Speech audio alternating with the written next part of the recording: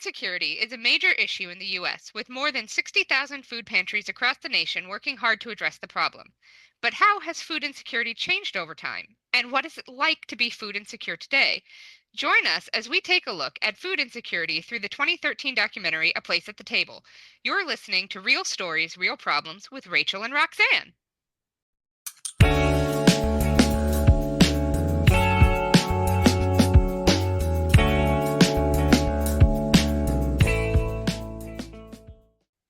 Hey, Rachel, how's it going today? Good. How are you, Roxanne? Oh, I'm just so excited to talk about this really depressing topic. It is. It's so depressing. And the weather is just not helping. It's 19 degrees and it's freezing, and I'm here wrapped in my blanket and my sweater trying to, have this conversation. That's not comfortable, but it's not a comfortable topic. But I really No, actually as much as it is depressing, I really like this documentary a lot. We're talking about the 2013 documentary A Place at the Table, directed by Laurie Silverbush and Chrissy Jacobson. And this came out in 2013. And just to give people an idea of what was life like in 2013, what was going on in 2013, that was the most powerful meteor strike in a century hit Russia in 2013. right, right. And they were calling for some sort of mass extinction event again. And ultimately, And I that think we was we uh, we dodged a bullet there. and that was when a living lab-grown ear was created by a 3D printer for the first time. Yes, Um, I remember that. that was after they had been growing ears on the back of mice, which freaked everybody Right. out. So this was a step forward. And then Jorge Mario Bergoglio was chosen by the Papal Conclave and became Pope Francis. Right, Um, right. it was also the year of the Boston Marathon bombing, which injured 260 people and killed 3 people. Yeah. That was Edward Snowden and the leaked classified documents about global surveillance programs. Right, right. And because there is nothing new under the sun, we had a novel coronavirus that year that was declared to be Middle East Respiratory Syndrome, or MERS. Killed a Oh, bunch of is that people. MRSA? Sure. I did not know that that's what it stood for. Yep, Okay. it was a novel coronavirus back before we had this Had current novel coronavirus, right? coronavirus. Um, but yes, so that's kind of the world we were living in 2013. That's when this documentary came out. It was filmed in 2012, and it was about food insecurity was the Mhm. overall concept, and driving force behind the documentary. And essentially, if we're defining food insecurity, the USDA definition is at times during the year, households are uncertain of having or are unable to acquire enough food to meet the needs of all the members of their household due to insufficient money or no access to resources. This includes both people who are like at the most dire levels of poverty, living on the streets kind of thing, and this also includes people who have jobs and just aren't quite sure how they're going to be able to pay the bills and feed themselves this month. And Yeah, and also and let me ask you this because you're like very good with these sorts of things. The term food insecure, does that really, in your opinion, does that really get across the seriousness of a situation other than starving? I mean, doesn't it sound nicer and more, God, I hate to use the term politically correct, but I'm going to do it here. Doesn't it sound gentler to say, oh, they're food insecure than starving? I it know I would be more willing to help the person who's starving to death in the richest country in the world or living off of vending machine food. So I'm sorry, that's like a thing with me. So go, what do you well, think? I feel like while you're right, it does feel like it's a gentle kind of alternative to starving. I think they're just trying to be more accurate because as they address in the documentary, being hungry, being starving in the US doesn't look the way people picture No. it in their heads. When we picture someone who is starving, we picture, from when I was a kid, we saw the Sally The Stringer Save the commercials, Children Fund, Save the right? Children, And they're kind of the emaciated. starving naked babies in like very, very rural parts of continents far away, and Right, right, just skin and bones and so hurtful to look at. That's not what it looks like to be right, hungry in America. But people in America are still hungry. People are not getting the food they need. They're not getting the nutrients they need. They're not, right, right, this is still a problem here. And in fact, the documentary says that in 2012, they use the phrase 1 in 6, which is about 16.6% of people. They said one right. in six Americans didn't have enough to eat in 2012. Hmm. I don't know where they got that statistic. Part of the problem I'm having is in looking up the statistics from this, I'm not sure what sources they were using.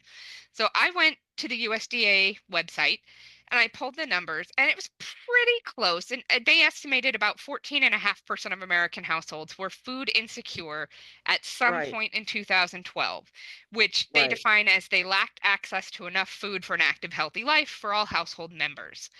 right. Um, as of today, well, as of 2023, which is the most recent year that they had numbers for, that is now 13.5%, which is 18 million US households were Sure. food insecure at some point during 2023.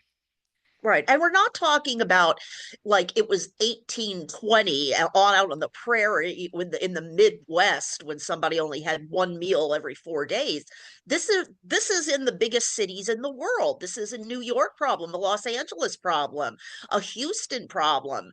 It's and I think maybe that's one of the reasons that a lot of people are uncomfortable talking about being food insecure, being malnourished, starving in the United States, because when it was in Ethiopia or somewhere in East Asia, it was easier for people to say, oh, that's a problem over there.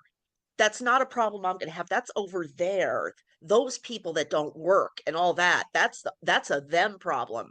No, it's not, because you can wind up in the food pantry at any time, and I know that from experience. Yeah, as do I. I lost my job in October, and while my husband still works, I was the big earner. I was the breadwinner in our Right. family. I brought in Sure, two-thirds of sure. our household income. And so at this point, in an attempt to stretch our savings as far as possible, immediately went to the food bank, and they have been so gracious. And, 4 times a month, I get to go pick up whatever it is that they have to give away. And sometimes Right. it's a lot, and sometimes it's not, and you never quite know what you're going to get. But one of the things that I really was struck by is how different your experience is depending on which food pantry you go to, depending on where in the country you're located. Like Mm-hmm. in the movie, they talk to basically the entire town of Colburn, Colorado. Hmm. They talk to Rosie, a little girl who's in school, and her teacher, and her mom, and her grandmother, and all of her family, and the various people, and then they show at one point them getting food pantry packages, and it's ramen noodles, and it's peanut butter Yeah. crackers, and it's you know random things, but it's all very shelf stable. When I go to the food pantry, I get none of that. It is all incredibly fresh food. I walk away with packages of spinach and blueberries, Exactly. but everything I'm handed is essentially on the edge of going bad. I have to either cook it Oh, or freeze it immediately when I get right, right. home, because if you don't, you're going to be able to put your thumb through the bell pepper that they gave you in 48 hours. Exactly. Right, exactly. And I had the same experience the first time I went to a food pantry. I was swallowing my pride was a big thing with me. My generation, my parents' generation were of the Depression, and there were certain rules that nobody actually said aloud during the Depression. And one of them was you work as hard as you can, you never ask for help from your family, but your family's job was to watch out for anybody who needed something. And we don't have that now. Um, I mean, that's why I stood my knees shaking in the food pantry for the first time, going, I don't believe this is happening to me. I'm sorry, mom and dad. I literally said that. Yeah, and for me, it's not been, I haven't had the shame that so many people feel when they're Sure. going to the food pantry, in part because, my husband worked for the Feeding America, the local branch of that for a while, and like we know the people. This is something that I did not fall into this from never having experienced any side of it before. This was a thing I was Sure, familiar sure. with, so it was a little bit easier for me. But to go and ask people to please feed you because you really can't effectively feed yourself and pay your Yeah. bills, it takes something, like it takes a lot of gumption and, you know, effort Well, to go and do that. I thought people were going to look at me weird because I don't have the stereotypical body of someone who is starving. I am at a perfectly healthy weight. The problem is I was diagnosed with malnutrition at my perfectly normal weight. And I went on Facebook and I just like said to my friends, I'm apparently malnourished. And Rachel, I think it was you actually that came on that thread and said, hold on, a healthy looking body could certainly still be malnourished. So what was that? Was that because of vitamins and nutrients and Yeah, and for me, even before this was ever an issue, I went into the doctor because I had some types of symptoms and I was starting to like lose hair and I was going through all this stuff and they couldn't figure it out. And my vitamin D levels were so low, they were kind of surprised I wasn't dead. Like your regular vitamin D levels should be between 29 and 80, I think they said it was, or mm-hmm, 29 and mm-hmm. 100, whatever. And mine was at 7. So I was Oh, so incredibly low in vitamin D. And then I had a couple of other things that were going on that in that process is when they figured out that I had hypothyroidism and some other stuff going on.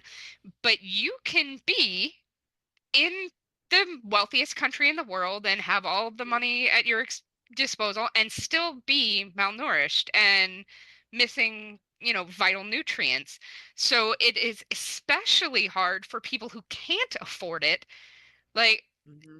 this was at a time when I had access to all the fruits and vegetables and proteins and everything that I could ever have wanted, and I still had deficiencies. So I can only imagine how, like, the people in this movie, Rosie and her family, and Sure. Barbie and her family, like, how are they living? Like, this is not a healthy, comfortable way to live. No, certainly not. Aside from the self-induced shame factor, a lot of people who are food insecure also don't have a driver in that family. They have to walk to the food bank or take the bus or whatever. And a lot of them are also one parent families. So what is mom going to do or dad going to do? Just drag the kids with them to the food bank? I mean, it's a complicated process even under the best of circumstances. It is. And I will say that one of the things that I really liked about this documentary is it does kind of take away some of that shame because we saw a sheriff or a town marshal, Adam, who could not feed Mhm. himself and his family on his salary, despite Right. the fact that he was essentially the head of their police department. Sure, And sure. we saw a teacher and we saw a cattle rancher, Joel, who Hmm. he was a cattle rancher by day. He was a custodian at the public school by night. His wife worked a third job between the two of them, and they Right. still relied on the church food pantry to feed their kids and all that, despite working 3 jobs between them. Yeah.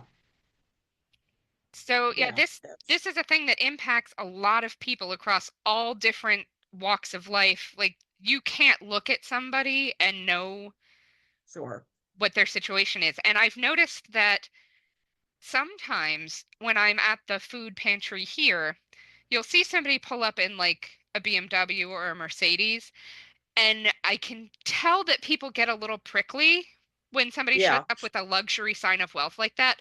But I would bet that person's in the same situation I am, where they lost a job and they had had this car for years, and Mhm. they're not going to sell their BMW immediately. Like that's not, Right. or Sure. that's their form of transportation, and they're not going to get the money for it to replace it with something equivalent. Yeah, sure. Sure. Of course not.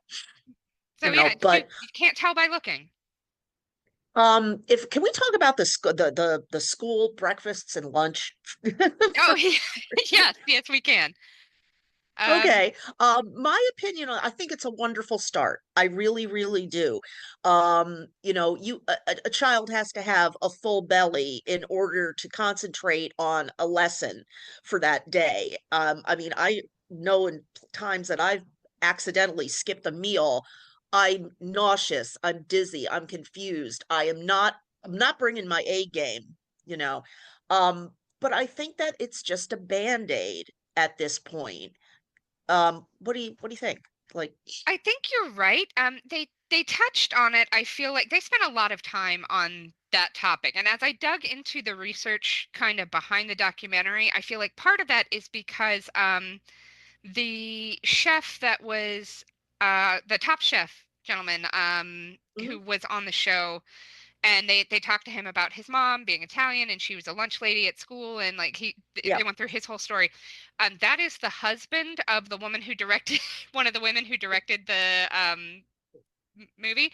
So I feel like that was a thing that was near and dear to their hearts, and so that it made a big part of the movie. But I feel like free school breakfast, feeding the kids and all of that, that's really important. And they did an hmm excellent job of addressing how Congress basically ignores it, and about how our government goes in and says, okay, well, you want more money to feed the kids? Fine. We'll cut back on food stamps and we'll give that to the kids.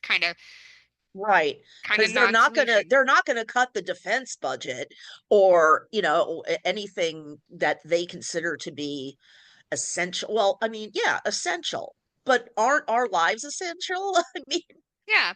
But I feel like that whole segment basically was a step kind of beyond. The problem there is that people don't have the resources to properly feed themselves. The minimum wage has not gone up. Jobs are not paying what they used to. If you take a job that somebody is doing today and compare it to what it would have paid the equivalent of in the 80s or 90s, they've actually taken a mhm, huge pay cut. Like mhm, it is frustrating kind of for everybody across the scale, because we've all lost um lost value, lost money kind of over as time has passed due to inflation and right. other issues. And then when you consider that sitting here today in 2025, we have over the last 5 years watched as the price of food has basically doubled or tripled. hmm um how do you function with that when nobody got a raise during that time? Nobody's making more money in all of that. Absolutely. And right now we're facing what seems to be almost a white collar recession, because I'm part of as part of my unemployment package, they gifted me a membership to an organization that helps you find work after you've been Oh, laid off. And they okay. have chat groups and things where you can talk to other people who are coming into this, where you can kind of network in hopes that you'll be able to find work easier as you're talking to other people. I Um, wish they had that in my state. For our listeners, Rachel and I are in different states. yes. So, yes. But in that chat group, I am talking to thousands of people who are being laid off en masse from huge companies, not people running registers at grocery stores, not people who are, pumping gas in states where people still do that. And these are people who are losing like management level jobs, almost C-suite Right. level jobs, people who are senior levels, like hundreds of thousands of people I'm seeing. And these are just the ones that are part of this organization that have been Mhm. gifted this program to help them find more work. There is no telling how many other people have lost jobs in this last year alone. And we're watching people who have been unemployed for 6, 9, 12 months, more than that, Right. and still can't find work. And so hmm when you look at something like this, like in this movie where they're talking about food insecurity and being able to pay your bills, that was before COVID. That was Yeah. before all this inflation. That was before we've seen all these jobs lost in 2023 and 2024. So it feels like while the numbers indicate that we're in a slightly better place, like we've changed about 1 percentage point statistically, we're seeing like 1 percentage point fewer people who are defined as food insecure. It Right. feels much worse when you're here on the ground. Yeah, I definitely agree with you. Also, I think COVID really had a part in this as well because a lot of companies realized after lockdown and then another year of social distancing that they can function just fine without people actually coming into the office.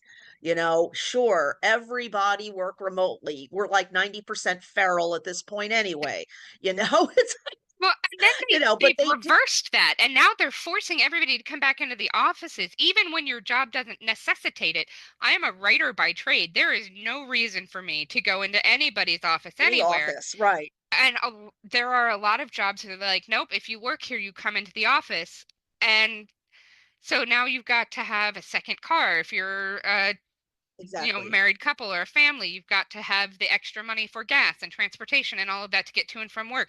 It's essentially a pay cut asking people to come back into the office at this point. Absolutely.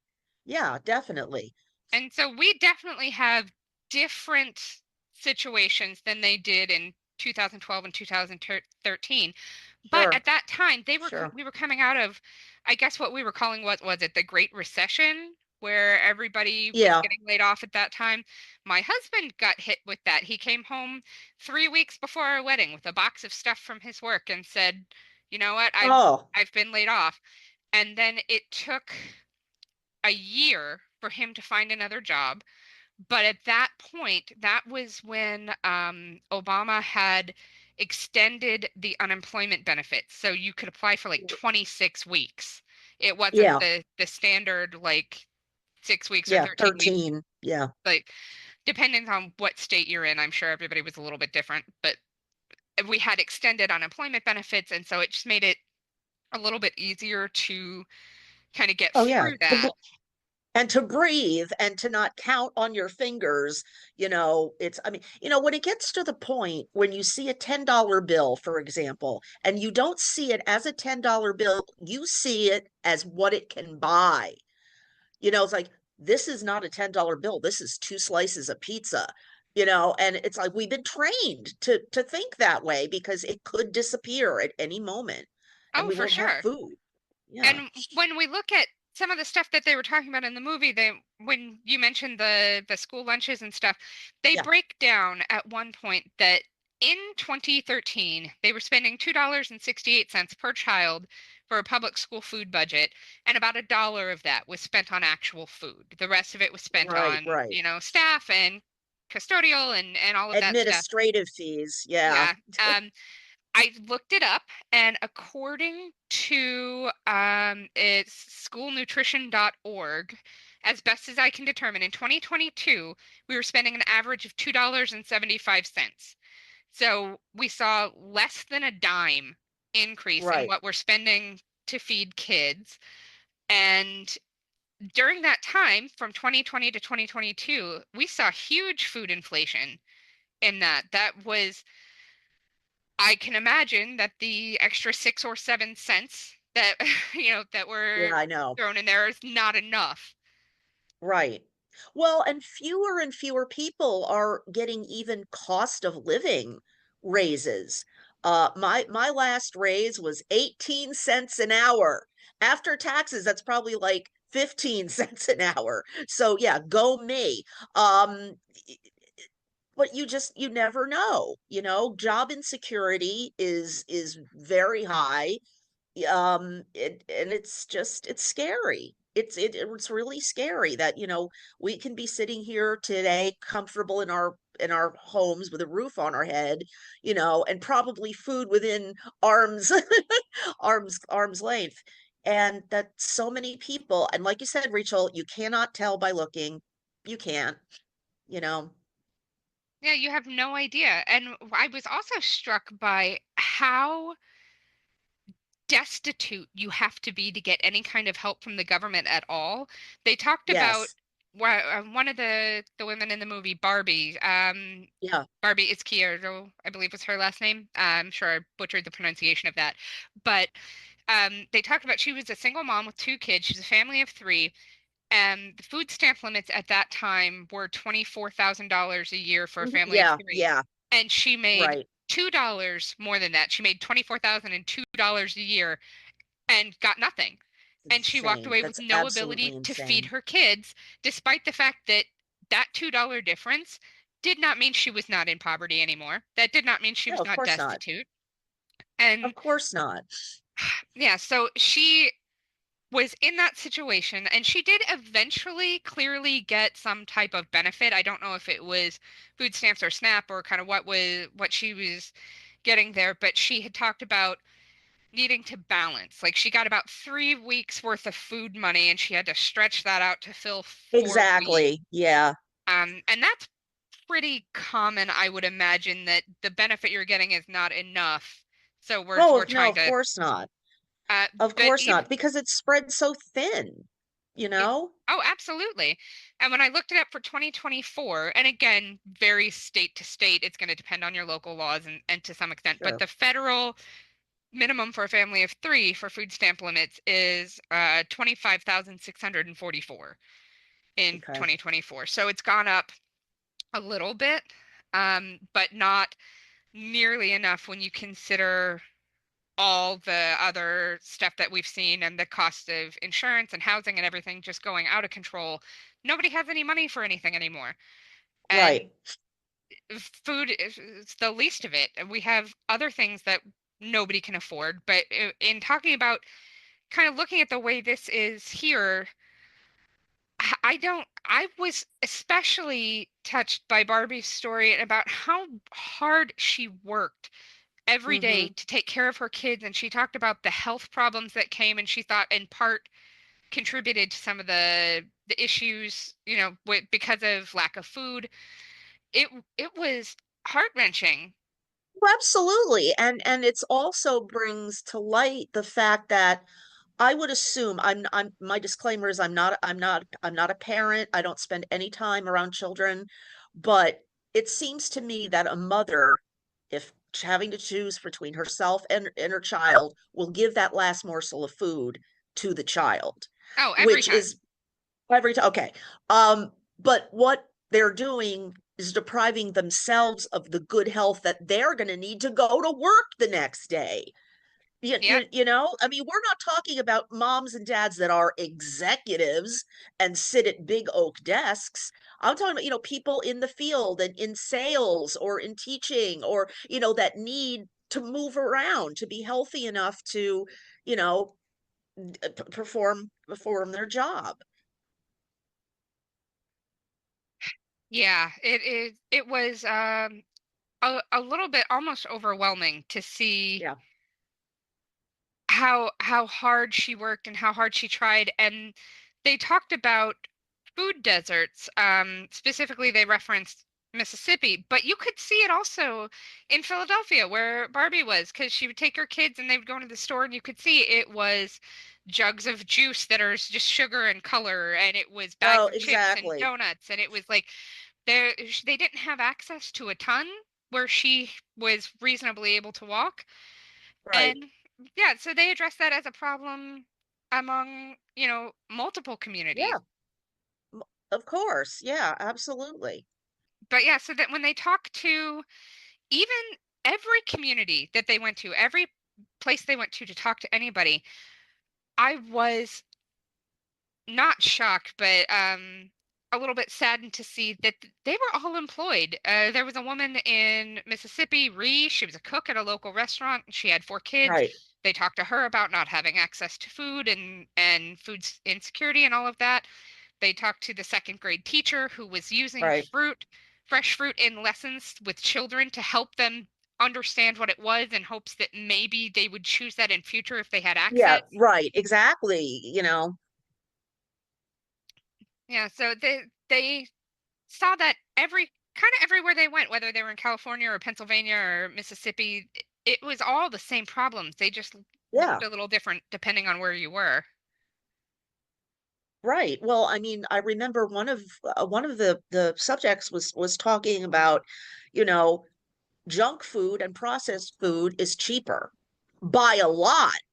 Yeah, you that know? was Marion Nestle, who I Oh, love. that's right, She's one Nestle. of my favorite experts in this kind of thing, molecular biologist, nutritionist, public health advocate, professor. Like she does all the things. She's really amazing. But Right, to talk realistically about the fact that because we subsidize chips and crackers and soda right. and all of that, those prices have gone down over time, and the price of fresh fruits and fresh vegetables and lean proteins and all of that has just skyrocketed over time. And I think that's mirrored in other things too. Like what used to be considered a luxury in the 70s and 80s is now so cheap that you can just Mm-hmm. have it. And the things that were considered necessities and still are, housing, insurance, food, like all of that, Right. the cost of those things has grown exponentially. Financially, And I sure. think I did the math once, and I don't remember the exact numbers, but somebody online was complaining that people were buying big TVs, like flat screen TVs, instead of paying their rent. And I figured out that for the cost of my mortgage every month, I could buy 18 flat screen TVs every My single month. God. So, so like Right. what feels to us like a luxury because it's not a It necessity. looks like one. It looks like Yes. one. It's a big, expensive electronic thing, except it's not expensive. It really Right. is not.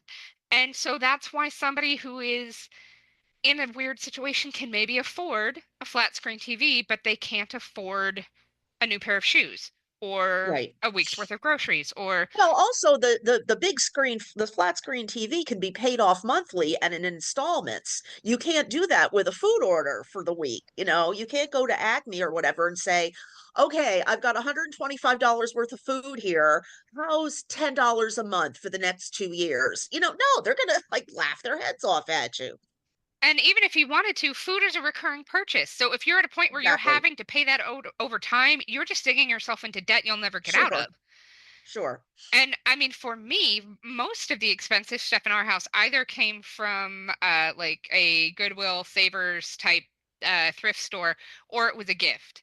So Right. like we have a lovely big TV. It was a gift for my husband's birthday from his mother and his sister and his aunt and everybody all got together and pitched in the money and bought him the TV. So nobody pitches in and is like, "Happy birthday, here's your 2 weeks of groceries." Like Right. Exactly. so, so it's definitely it the world looks different than it did when we were kids, and people are still thinking of things in the ways that they were 40, 50, 60 years ago. Sure. Um, and not understanding how things have changed so much during this time. Right. And even like I love that they talk to Jeff Bridges throughout this Well, because yes. I was like, how did he get involved? I know that Jeff Bridges is a big advocate of ending hunger. He started the End Hunger Network. He's a big part of that. He's been directing movies and funding projects that kind of shine a light on this project for decades now at this point. But I did think it was kind of fun just to be pulled out of here's this expert, here's this expert, here's this Right. congressman, here's this, and here's Jeff Bridges. Here's Jeff Bridges. So that was kind of fun. Yes, but he was very articulate and Well, explained and he everything was beautifully. truly an expert on the topic. He funded an Yeah. entire organization that helps, fight this problem. And even like when we look at they referenced at one point in the movie that in 1980 there were 200 food banks, and in 2013 when the movie was made they said there were 40,000 food banks. Right. And I think that they may have been conflating food banks with food pantries because Hmm. when I go in and I look it up, um, it looks like, from what I can tell, there are now 300 major food banks that collect all the food, and then like 60,000 food pantries in 2023 where it goes out to them and they distribute it to the people. I see. But Okay. I feel like that's a semantic, not really Huh? different. You're still having to have 60,000 organizations or locations around the country that are handing this out to people who need it. Sure. And I mean, that's a very strong sign that the system we have is not working if Right. it's growing exponentially by that way, and there are ever more people who cannot afford to feed themselves to the point where we now have 60,000 places that are feeding the hungry. Right. We're not doing it right. No, no. And it seems like we're always trying to solve the wrong problem. It's like, okay, we'll feed these people, we'll give the elementary school kids 2 meals a day, but then there's the next day, and then there's eventually summer break, and they go back to whatever bizarre home life they may or may not have, that nobody knows about. And so what was the problem? We didn't fix this problem for this particular child for life. And it's frustrating because we don't have the money, we don't have the resources, we don't have the manpower, and people sit and they're like, yes, I know that it's a terrible thing, but I haven't got any money to donate to the top. Well, we're not asking for that. Money helps, sure, but Well, that's not it's going to a solve the question of problem. priorities. We as a nation, we prioritize military. That's Sure. literally the only thing we prioritize. It takes up more than 60% of our federal budget. Yep. And like we pay more for our military than like the next, God, what was it, 10 or 12 or 14 countries combined. And that Sure. includes like China and Russia and other places with huge militaries. Right, Uh, right. so clearly, this is a problem that we don't want to solve. We don't, as a nation, we're not willing to solve it. But it's not getting any smaller. And you can tell, like, at Yeah. one point in Colorado, they talked to Pastor Bob Wilson, the Yes. man who ran the church community, and he created a whole thing where they do big community dinners on Wednesdays. Anybody who's hungry can come in. They had a food pantry on site. He fed many of the children in the community a couple of times a day. They did after school Right. programs and things like that. And he talked about they started with they had like one box of food that they picked up and were handing out. And over the course of time, they're now at a point where they're getting multiple pallets a week every Right. week to feed this number of people who need it. The need is growing, the resources are not. And Mhm. while it is a band-aid over the problem, to show up with pallets of food and feed people right in this moment right now, the problem Mhm. is they don't have the resources. They're not getting Right. paid enough by the jobs that they're working, two, three, some of them four jobs. How is that? How are we in a world where you can work two or three jobs and not afford to feed yourself? That's absolutely disgusting. And we as a nation should not accept that. But yeah, so I really felt like this movie touched on a lot of really important points. It shone a light on a large problem, and it did it in a way that I feel like was really fair and balanced. Like they had Mhm. the single mother of two, which is kind of what people think of when they think of, poverty in the US. Sure, yeah. But they A ton also, of kids, nobody works, they live in a dilapidated shack. That's, I think, the stereotype that we go to when we hear the word poverty. yep, but they also had Rosie's family was five, six people all living in one house. They had a full communal thing. Her mom worked, her grandmother worked, her grandfather worked. I don't know if her sister was old enough to work, but like this was a house of where everybody kind of pulled together to live as best as they could. And Right. Which so could be often torn that is this, apart because the one woman actually say we are in code violation. We have too many people in this house for this square footage. So they have that on the back of their minds that at any moment they could get a knock on the door, and there's a policeman that takes some of them away. I mean, I can't imagine living with that sort of insecurity. but I mean, this is also the thing that everybody tells you to do. If you're at a point where you can't afford your rent or you can't afford to feed yourself, they're like, well, you should take in a roommate. You should go move back in with your parents. You should, well, you can have a huge extended family of people all working all in the same household and still not be able to cover your bills. Right. And then when they talk to the people in Mississippi, all of them worked. One of them was a teacher. They talked about, the problems they were having there. They kind of touched on poverty and food insecurity from a number of directions in a way that really made it clear this is a problem for everybody, not just one type It of is. person, not just one, group. And I Right. really did like that, but I feel like you're right, because you mentioned that it felt like they were not addressing the actual problem. Hmm. If I give you a sandwich today, that takes care of your lunch today, but Yeah, it doesn't fix the fact that you can't feed yourself. This is supposed to right. be temporary. This is supposed to cover you for a few weeks, a few months while you get set back up again. And for a Hmm. lot of people, like, and we talked about earlier, a lot of people are unemployed for a year or more at this point. Oh, yeah, This is no longer certainly. temporary help.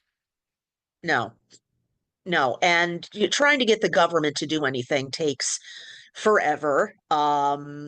I was turned away from housing assistance because I still have a job, a part-time job.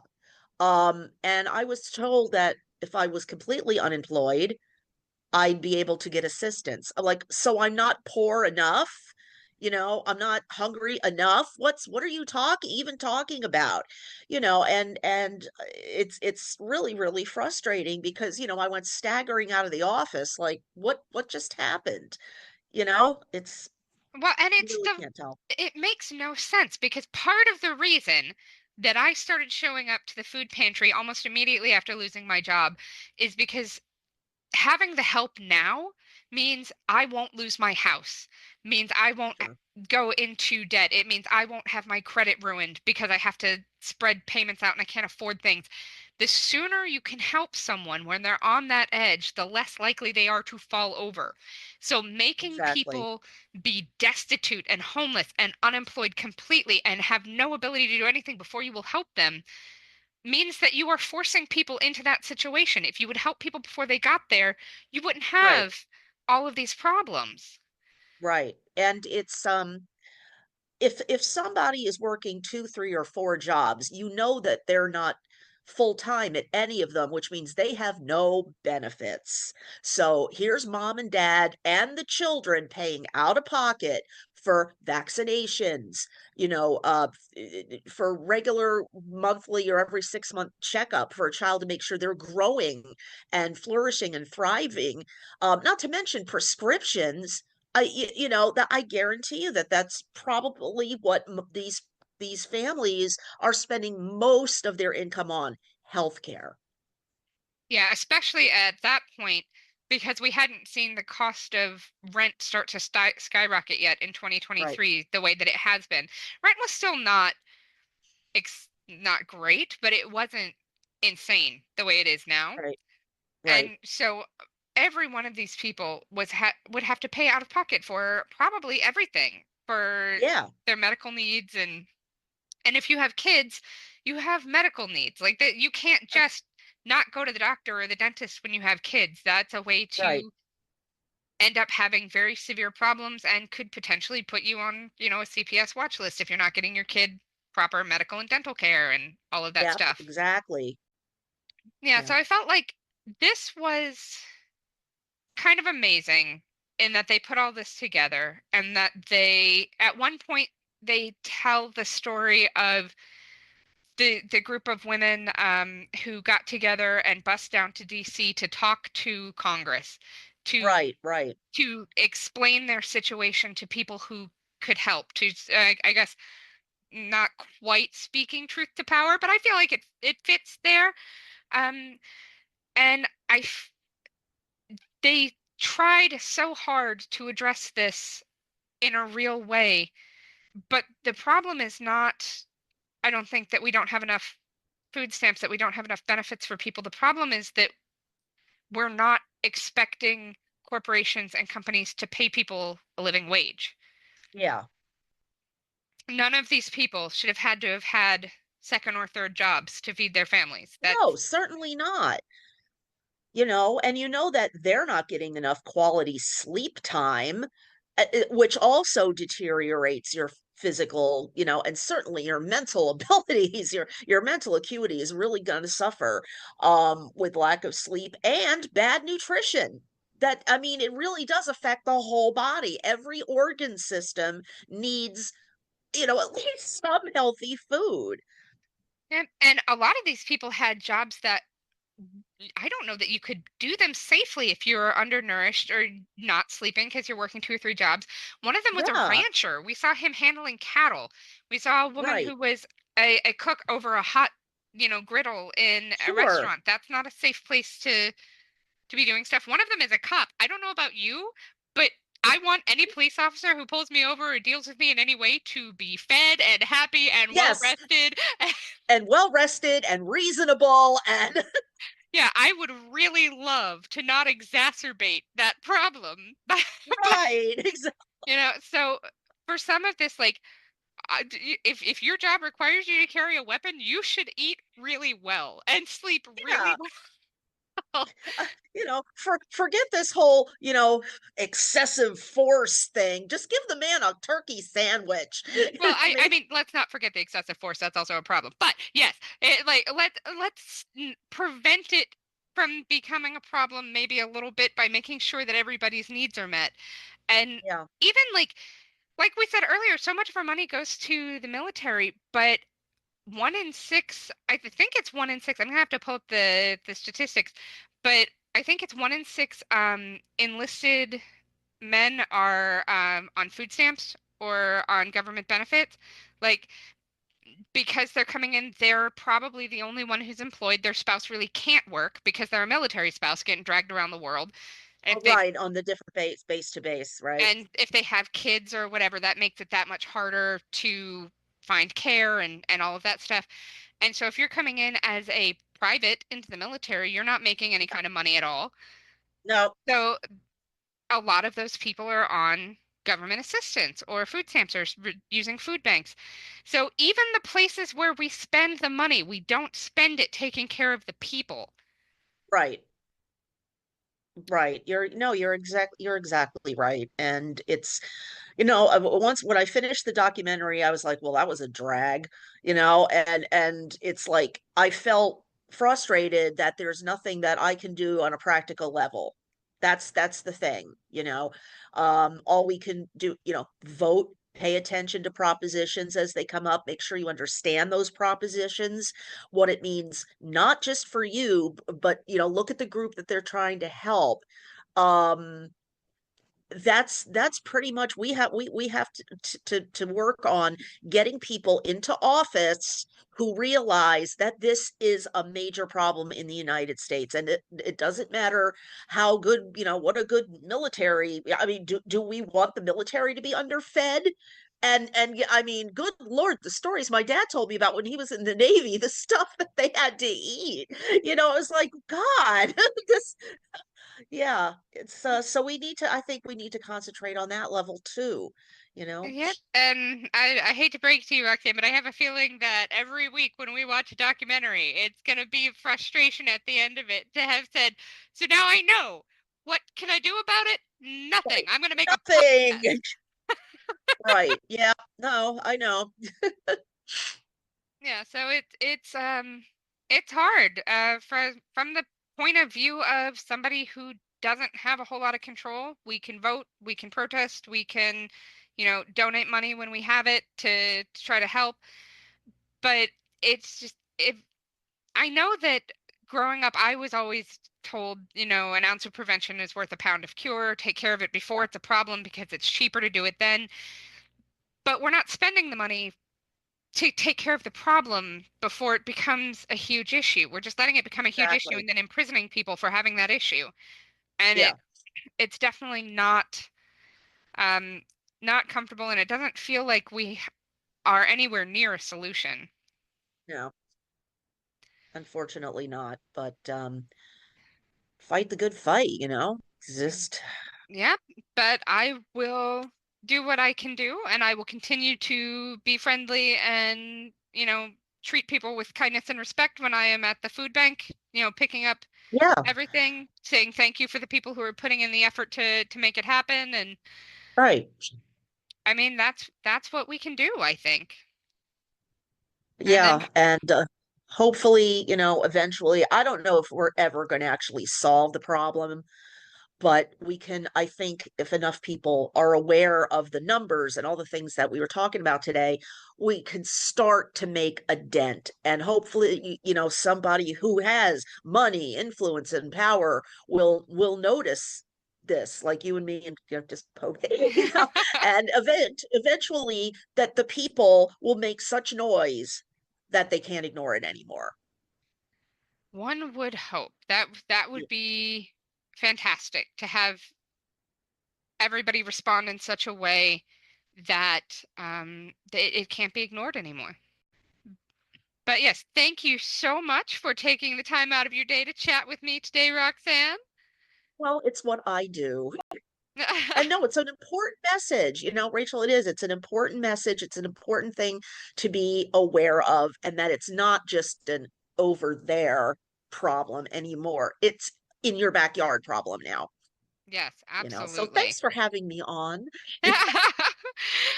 Yeah, well, thank you. Yes. And thanks for listening to Real Stories, Real Problems with your hosts, Rachel and Roxanne. We hope you enjoyed our deep dive into food insecurity and the documentary A Place at the Table. Join us again next week for a glimpse into another financial problem and a documentary all about it. If you enjoyed our show today, please remember to like, subscribe, and leave us a review on your podcast app. Thank you for listening, and we will see you again next week. See you next week.